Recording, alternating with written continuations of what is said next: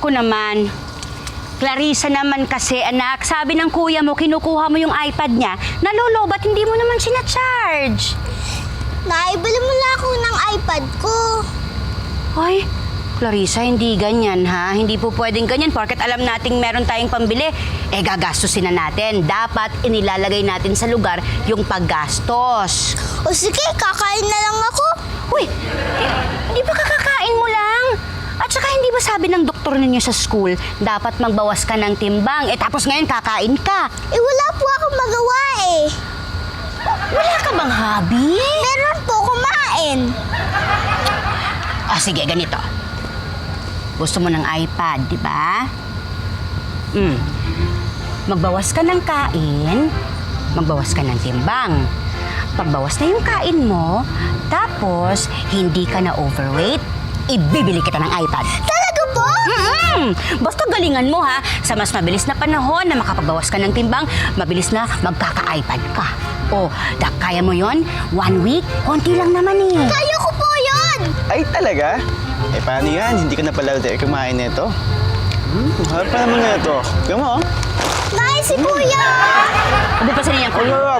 Aba, Chito! Alika na nga, alika na. Wag na, ayoko. Tama na.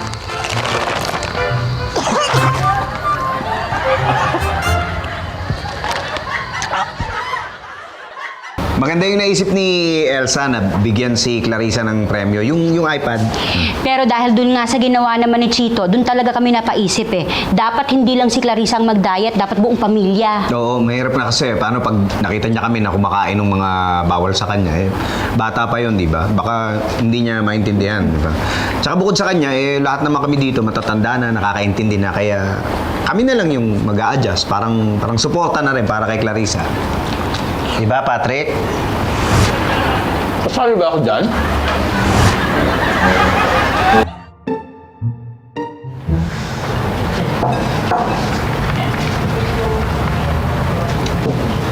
Nay, wala bang karne? Uy, Chito, ano ba? Hindi ba pinag-usapan na natin to? Ngayon lang naman eh. Oo nga. Tsaka mas maganda yan. Mas healthy ang ganyan. Oo, ikaw kaya umupo ka na at nang makakain na. Hindi na, busog na ako.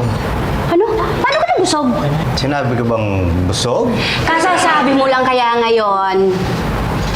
Diet ang sabi ko. Nagda-diet tayong lahat, di ba? Oo nga, pero mahirap hindi ka kumakain eh. Kumain ka kahit konti.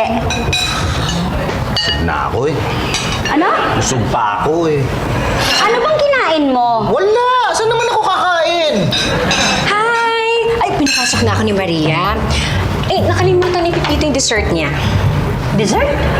Oo, kasi nag-lunch siya sa bahay. Hindi naman niya kinain yung dessert. Sayang naman. Masarap to. Dalawa, gusto mo? Thank you.